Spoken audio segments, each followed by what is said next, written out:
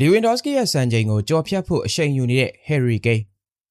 ဘောလုံးလောကရဲ့သွင်းကိုရီအကြောင်းပြောကြတဲ့အခါမှာတိုက်စစ်မှု Harry Kane ဆိုတာမဖြစ်မနေထဲသွင်းပြောဆိုနေရမယ့်ကစားသမားတူဖြစ်ပါတယ်။ Harry Kane မှာကိုသွင်းယူတာနဲ့ပတ်သက်ပြီးအပြစ်ပြောစရာတစ်စက်မှမရှိပေမဲ့ရေကန်မြေကန်မကောင်းတဲ့စပါးအသင်းမှာကစားသွားတာကသူ့ကိုစူဖလားအောင်မြင်မှုနဲ့ပိုဝေးသွားစေခဲ့ပါတယ်။သွင်းကိုအရေးအတွက်နဲ့အောင်မြင်မှုကိုတိုင်းတာမယ်ဆိုရင်တော့ Harry Kane ရဲ့အခြေအနေကဂန်နဝင်ကစားသမားကြီးတွေနီးတူအနေထားမှာရှိနေပါတယ်။အခုတော့ Harry Kane က Bayern Munich အသင်းရဲ့ဂိုးသွင်းဆက်တစ်လုံးဖြစ်နေပြီးစူဖလားအောင်မြင်မှုတွေကိုသိမ်းပိုက်ဖို့တာဆူနေပါတယ်။ Harry Kane ဟာ Bayern Munich အသင်းမှာကစားနေတာလက်ရှိရာသီနဲ့ဆိုရင်3ရာသီရှိနေပါပြီ။ဒီ3ရာသီအတွင်း Harry Kane ရဲ့ဂိုးသွင်းစွမ်းရည်ကပိုကောင်းလာခဲ့တယ်လို့ Bundesliga မှာလည်းစံချိန်တွေတစ်ခုပြီးတစ်ခုချိုးဖျက်ပြနေပါတယ်။ဒါပေမဲ့ Bundesliga မှာ Harry Kane ချိုးဖျက်ပြရအောင်မဲ့စံချိန်တစ်ခုတော့ကျန်ရှိနေပါသေးတယ်။ဒါကတော့ Bayern Munich တိုက်စစ်မှုဟောင်းကြီး Lewandowski ရဲ့စံချိန်မှတ်တမ်းတစ်ခုဖြစ်ပါတယ်။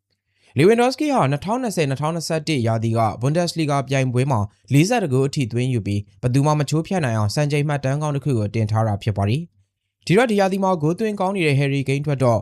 Lewandowski ရဲ့စံချိန်ကစိန်ခေါ်မှုအသစ်တစ်ခုဖြစ်နေရပါတယ်။လက်ရှိချိန်မှာလေ Harry Kane ရဲ့ဂိုးသွင်းနှုန်းအားက Lewandowski ရဲ့အဆိုပါစံချိန်ကိုချိုးဖျက်နိုင်မှုအကောင်းဆုံးအနေအထားမှာရှိနေပါတယ်။ Harry Kane ဟာလက်ရှိချိန်ထိ Bundesliga 22ပွဲကစားပြီးထားပြီး26ဂိုးထိသွင်းယူထားပြီးဖြစ်ပါတယ်။မင်းညကစားခဲ့တဲ့ Wadi Bremen နယ်ပွဲမှာလေ Harry Kane ဟာ Bayern Munich အတွက်2ဂိုးထိသွင်းယူပေးနိုင်ခဲ့ပါသေးတယ်။ဒါကြောင့်မီဒီယာတွေက Harry Kane အနေနဲ့ Lewandowski ရဲ့စံချိန်ကိုချိုးဖျက်နိုင်မလားဆိုပြီးမေးခွန်းထုတ်ခဲ့ပါတယ်။ဒါပေမဲ့ Harry Kane ကတော့စံချိန်တွေဆိုတာထက်အသင်းနိုင်ပွဲရဖို့ကပိုအရေးကြီးတယ်ဆိုပြီးအခုလိုပဲဖြေကြားခဲ့ပါတယ်။ဘယ်အရာမဆိုဖြစ်နိုင်ပါလိမ့်။ဒါပေမဲ့ရာသီကုန်ဖို့ကအဝေးကြီးလို့တော့ပြောရခက်ပါလိမ့်။ Lewandowski ရဲ့40ဂိုးစံချိန်ကြီးကတော့တကယ်အမခမ်းပါပဲ။ကျွန်တော်လည်းအခုချိန်မှာအကောင်းဆုံးပုံစံနဲ့ရှေ့ဆက်နေပါလိမ့်။အသင်းကိုနိုင်ပွဲရအောင်ကူညီပေးရတာထက်ပိုကောင်းတဲ့အရာမရှိပါဘူး။ April လရောက်ရင်ကျွန်တော်ရဲ့သွင်းကိုရေတွက်ကဘယ်လောက်ထိရှိနေပြီလဲဆိုတာစောင့်ကြည့်ကြတာပေါ့။အဲ့ဒီချိန်ကျမှပဲစံချိန်အကြောင်းကိုကျွန်တော်စဉ်းစားမိမယ်ထင်ပါတယ်။လောလောဆယ်တော့နောက်ပွဲအကြောင်းကိုပဲအာရုံစိုက်ထားတာပိုကောင်းပါတယ်လို့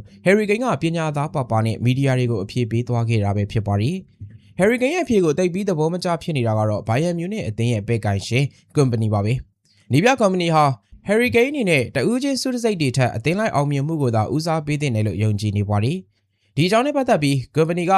Harry Kane အနေနဲ့တဦးချင်းစုတစိတ်တွေမှတ်တမ်းတွေထက်အသင်းလိုက်စုဖလားအောင်မြင်မှုကိုပဲအာရုံစိုက်တင်တယ်လို့ကျွန်တော်ယူဆပါတယ်။တေချာစဉ်းစားကြည့်ရင်ကျွန်တော်မှားတာလည်းဖြစ်ကောင်းဖြစ်ပါလိမ့်မယ်။ကျွန်တော်ကခံစစ်မှုတစ်ယောက်ဖြစ်ခဲ့တာကိုဒီတော့တိုက်စစ်မှုတစ်ယောက်လို့အတွေ့မျိုးကျွန်တော်စီမှာမရှိပါဘူး။ပြီးတော့သူက Harry Kane လေဂိုးသွင်းမှုမွေးဖွားလာတဲ့သူပေါ့။သူကဂိုးရီပဲအမြဲတမ်းသွင်းယူနေမဲ့တိုက်စစ်မှုပါပဲလို့ Harry Kane နဲ့ပတ်သက်ပြီးပြောကြားခဲ့ပါလိမ့်။ပရိသတ်တွေအနေနဲ့ရော Harry Kane ဟာ Lewandowski ရဲ့စံချိန်ကိုကျော်ဖြတ်နိုင်မယ်ထင်လား။မိမိတို့ရဲ့အမြင်ကိုအောက်ကကွန်မန့်မှာမှတ်ချက်ပေးသွားခဲ့ကြပါဦး။အဆုံးထိကြည့်ပေးကြလို့အားလုံးကိုကျေးဇူးတင်ပါတယ်။